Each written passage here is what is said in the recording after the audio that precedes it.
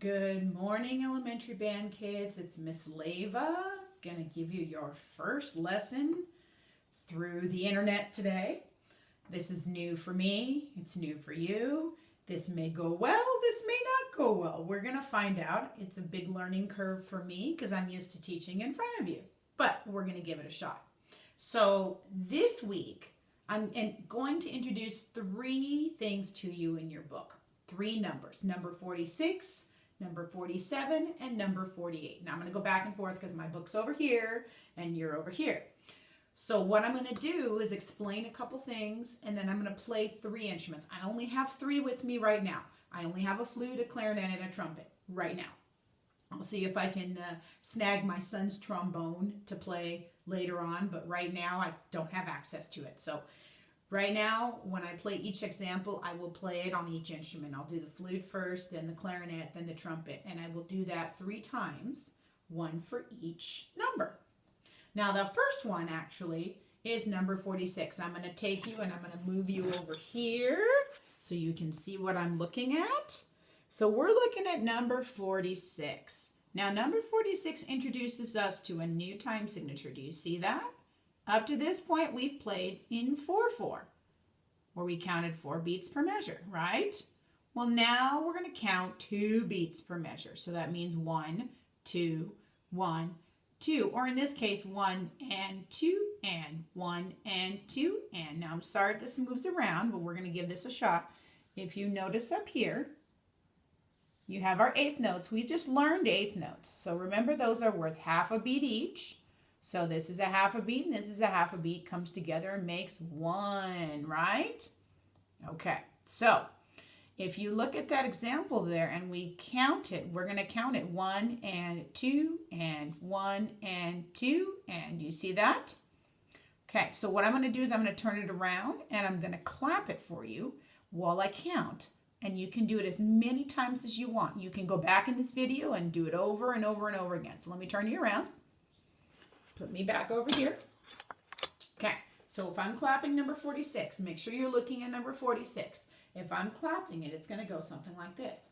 1 and 2 and 1 and 2 and 1 and 2 and 1 and 2 and 1 and 2 and 1 and 2 and 1 and 2 and 1 and 2 and. Now, did you notice there were spots where I put my hand apart? If you guys remember when I was teaching, those are rests. You'll notice we have quarter rests in those 2 spots in our song. Now, there's one thing I didn't do. At the very end of this number, there is a repeat sign. Yay, there's the repeat sign. So, honestly, if I were to do this right, I have to do it 2 times, don't I?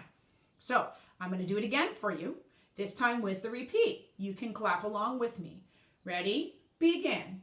1 and 2 and 1 and 2 and 1 and 2 and 1 and 2 and 1 and 2 and 1 and 2 and 1 and 2 and 1 and 2 and again 1 and 2 and 1 and 2 and 1 and 2 and 1 and 2 and 1 and 2 and 1 and 2 and 1 and 2 and 1 and 2 and.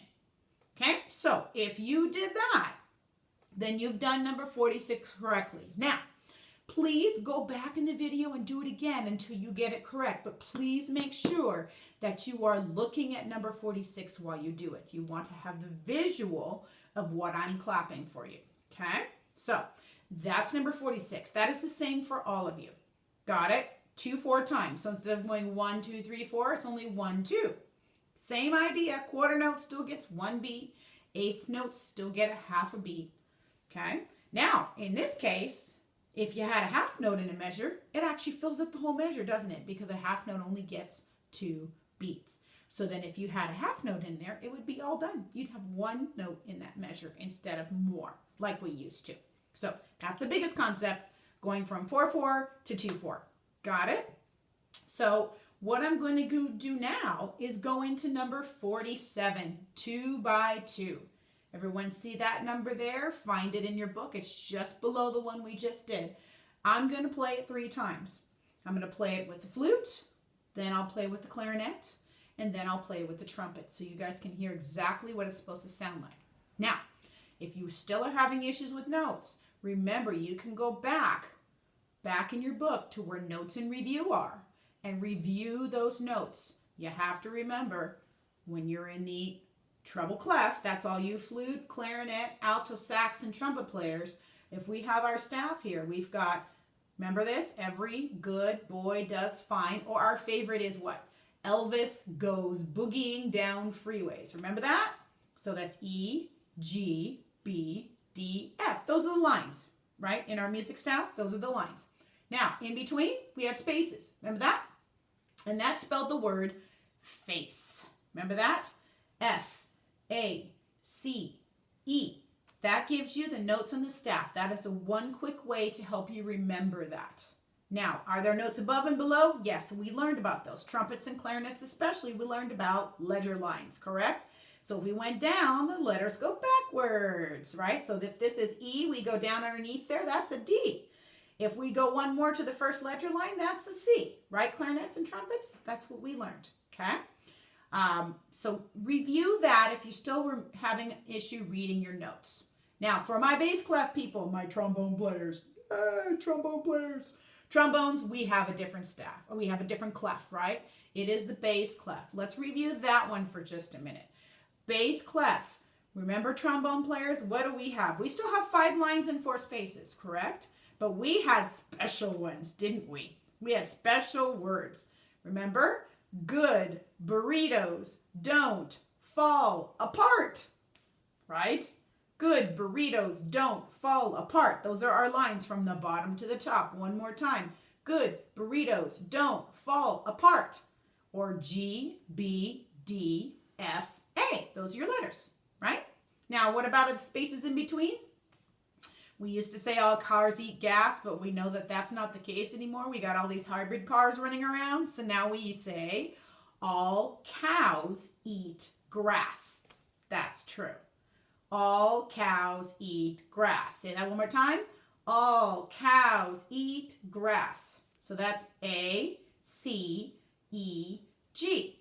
So put those together, trombone players, and you know all the notes on your staff too. Those are things to help you remember. I know some of us still struggle with reading notes, but it is really important that we get those notes down because that's how we read. We're not going to be able to write down letters all the time. It's just not something we do when you get up to next level. You 5th graders will be up at the middle school next, okay? Unfortunately, I won't get to see you anymore this school year, but you're going to go up to the middle school. You're going to want to be able to do that, okay? And don't worry. I have lists of everybody that was in band 5th graders. I will give that to Mr. McDonald for Ramona. And then I will also have the list for me for Lone Hill. Okay, so when it comes time to choose your elective, if you are choosing band, make sure you put band. If you put band, you're going to be put into my intermediate band. I'm not sure what Mr. McDonald does at Ramona, but that's what I do at Lone Hill is I put you in intermediate band because you're not beginners anymore. Okay? All right. So we got our note review for both the treble clef and the bass clef. So let's play a couple things. Let me pick up the flute. Now, if you notice, when we've always learned something, we've learned a new rhythm, you'll notice that the next number after we've done the clapping is the same rhythm. Same quarter notes and eighth notes and rests in the same places. So if you look at 47, you'll notice it is the same rhythm as number 46, the one we just clapped, right? So it should be the same rhythm. So I'm going to play 47 for you first on the flute. It's a little cold here. I'm not wanting to turn the heater on, but I may have to. Okay, so I will play it as it's written. That means when I get to the repeat sign, I'm going to repeat it. Got it? So here's the flute version. This is number 47, 2 by 2.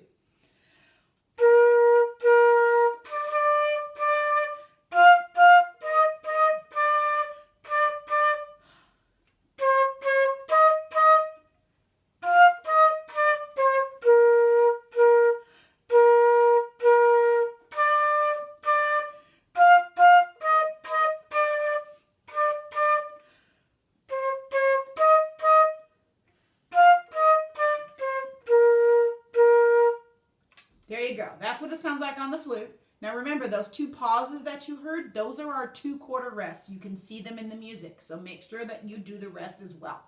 So the next one is played on clarinet.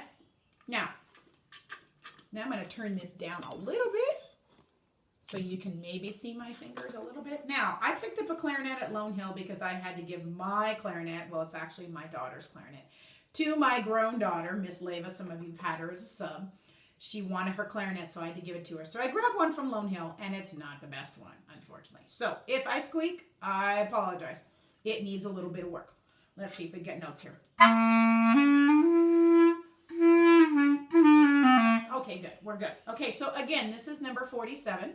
I am going to repeat it, so you're going to hear it 2 times. Here we go.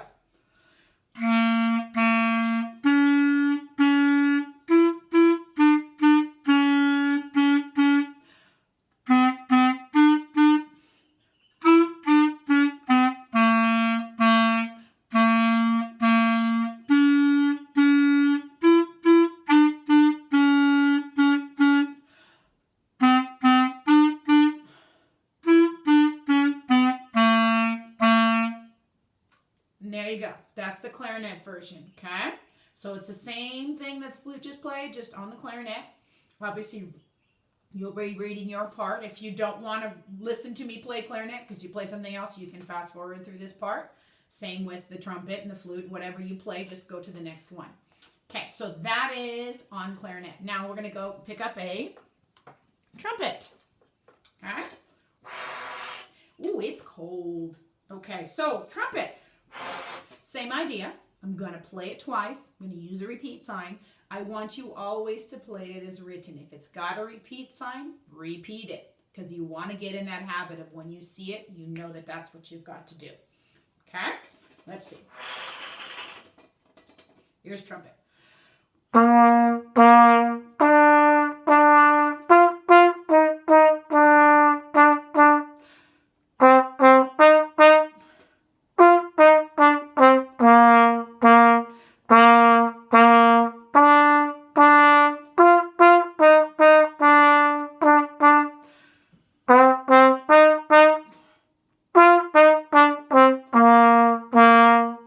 There you are.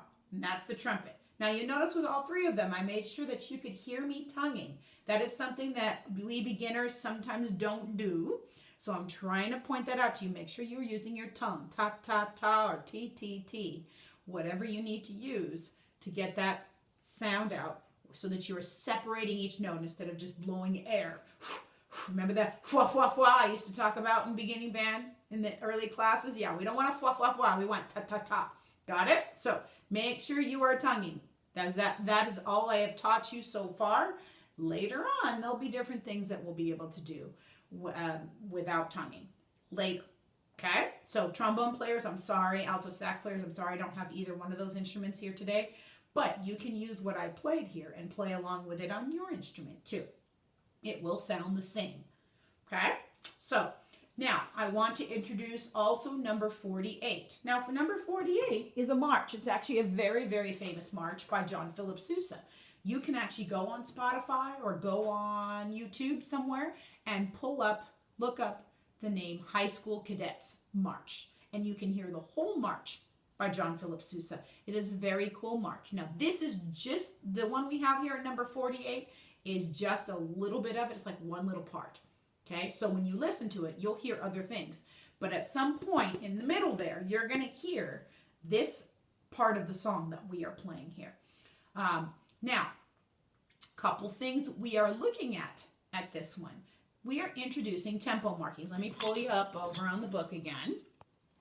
Over here. So we have tempo markings. See those? Now, tempo refers to the speed of music. How fast or slow we go. And in this one, they've introduced 3 to us. Allegro, which is a fast tempo. Moderato, which is a medium tempo. And andante, which is a slower walking tempo.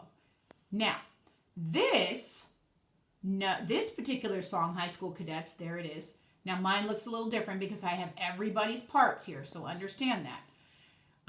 This one is marked Allegro. Let's see if I can hold this. Oof, I gotta get something else. Do you see where it says Allegro right there? Okay, so Allegro, if we look up higher, says fast tempo. So this song is meant to be played fast. But I don't want you to start fast. I want you to start slow. Slow it down, figure it out first, and then speed it up as you go. Always start slower and then get faster. Let me switch around again. Okay. So, if I were to clap this one, first of all, notice that it starts with pickup notes. We learned pickup notes already. There are 2 pickup notes here because they're 8th notes. Do you see them?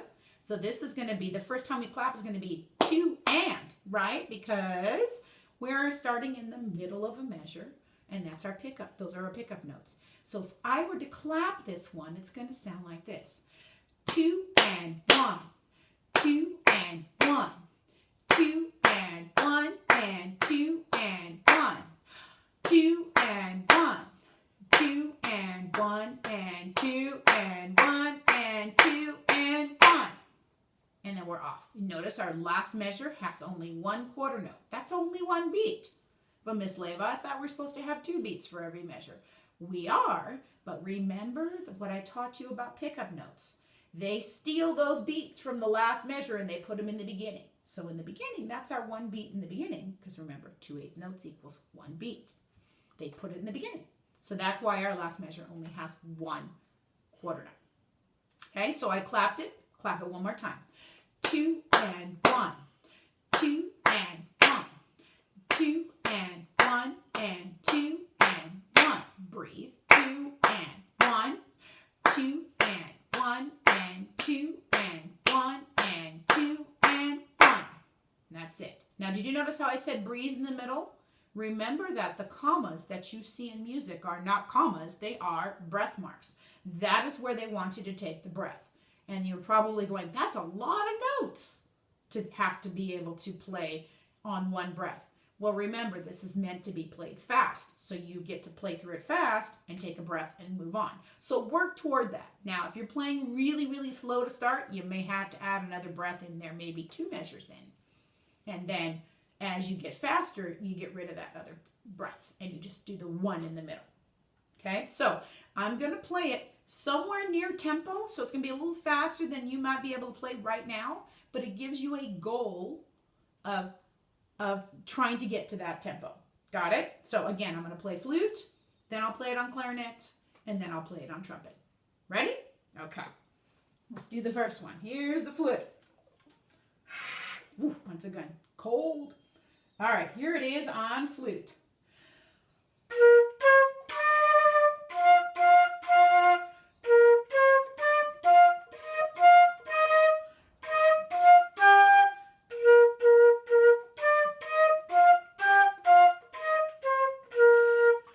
Miss Leva played a wrong note in there. Did you hear that? Yes, I'm human. I don't play everything perfect. I'm going to try it for you one more time. Sound good? I'll try a little slower.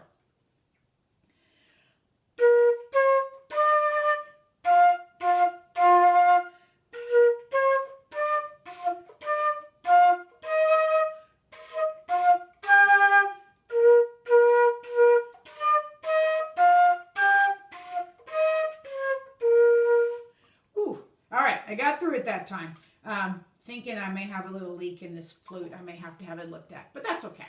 So there is the flute. Got it? Let's do clarinet. Remember, Miss Leva's a brass player, but I do pretty good. Clarinet players, remember to make sure that your reed is really, really wet when you go to play. Otherwise, it's not going to come out right? Let me test it out. There it is. It's ready to go. Okay, so here is number 48, High School Cadets March on clarinet.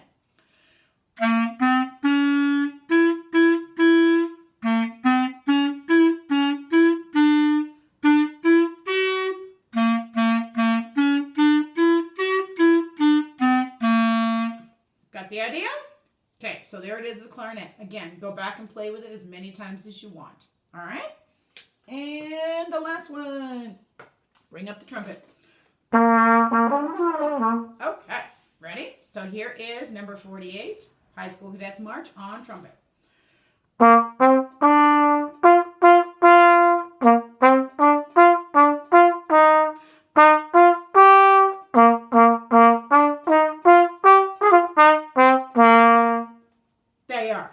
Okay, so there's your lesson for this week. This is what we would have gotten to probably 3 weeks ago if we'd still had class. So each week on Monday, I'm going to post a video for you and give you a couple more numbers to work on. But also remember, all of this is accessible online. I already gave your parents through Remind and through email the access to the online part because all of you bought the book. It is free to go online and use the Essential Elements Interactive online. You can pull up any number in the book. You can have them play it for you. You can play with it. There's all kinds of cool things you can do with that app. So you can either just use it on a computer or you can actually download the app to a phone or an iPad or something. So that's also for those kids who want to keep going farther and want to do other stuff, because I know all of us learn at different stages. I know some of you are beyond where we are right now, and some of you are still struggling. So use this as a guide and keep practicing as much as possible. Okay, I'm going to send you also a little list of fun musical activities you can do without an instrument, without internet, just fun stuff, just optional. Now remember, I don't want this to stress you out. I don't want you to be overwhelmed. So if it's too much for you right now, that's totally fine. You don't have to do anything. I'm just offering this as an opportunity for you to keep playing and to keep seeing me until we return to school in the fall. Hopefully. I'm hoping. So, have a good day. I miss you all. I'm hoping this is helpful for you, and I'll see you next week with the next lesson. Love you all. Bye-bye.